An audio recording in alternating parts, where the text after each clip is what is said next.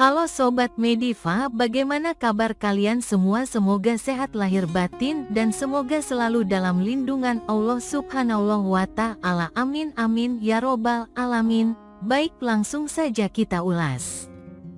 Sayap pada merpati seperti halnya kaki pada manusia UTK berlari.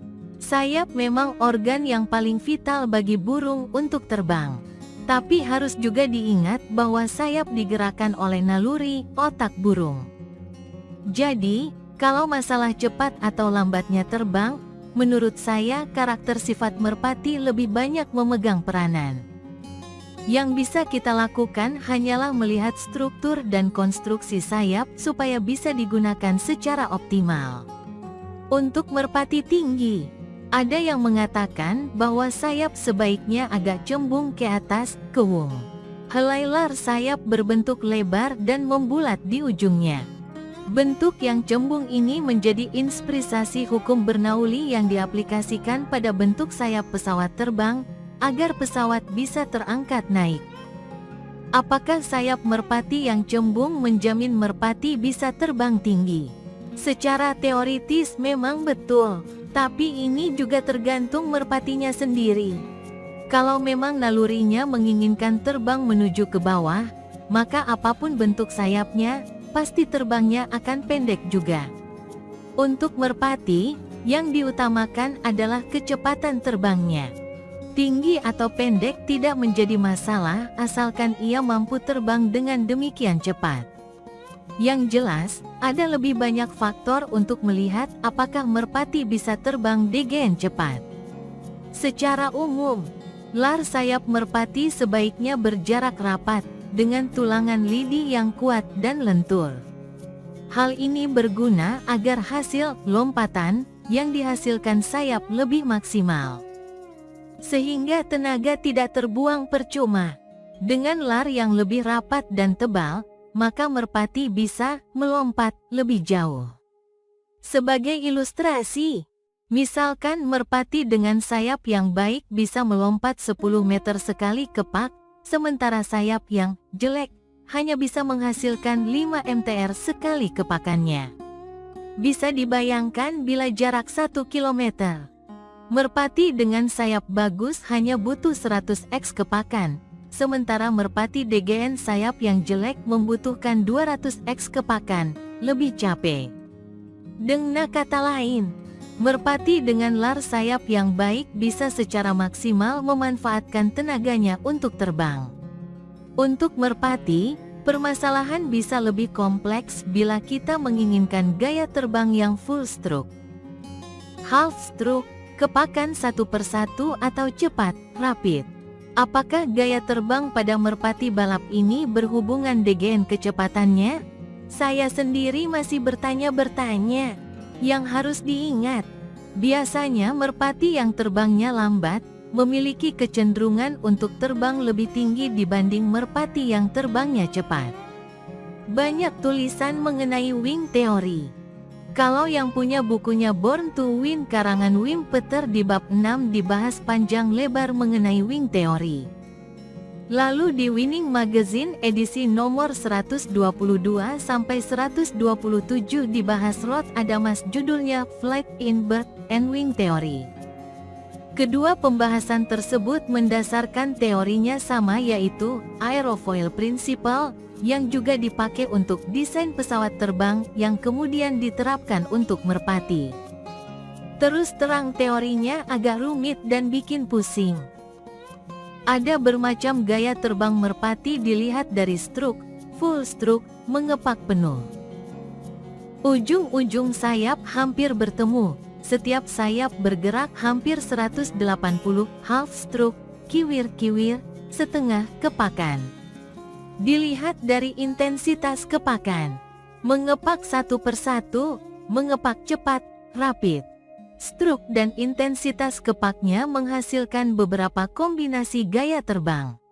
Full stroke plus mengepak satu-satu full stroke plus rapid, half stroke plus satu-satu half stroke plus rapid. Gaya terbang bisa juga dilihat dari panjang pendek struktur tulang lengan sayap dan panjang pendek lar sayapnya. Kalau kita raba pada pangkal sayap, maka akan didapat tulang penghubung antara badan dengan sayap.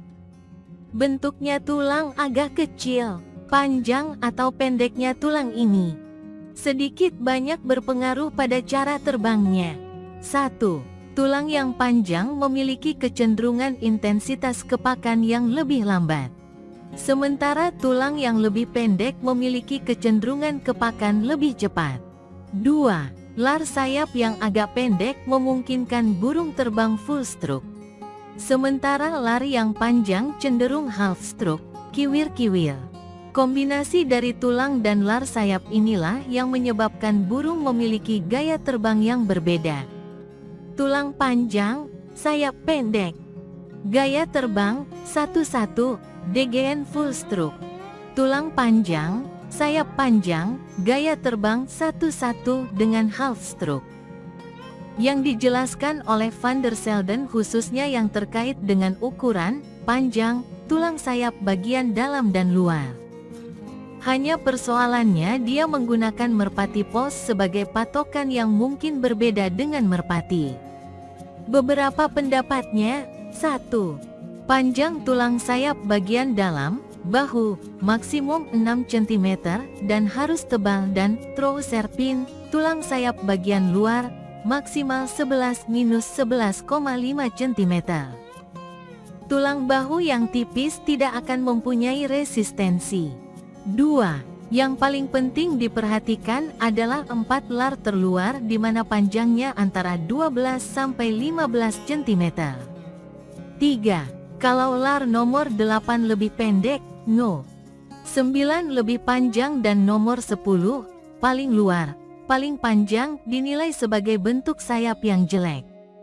4. Lar no. 8 lebih pendek dari no. 9 dan nomor 10 lebih pendek dari no. 9 ini kualitas sayap reguler.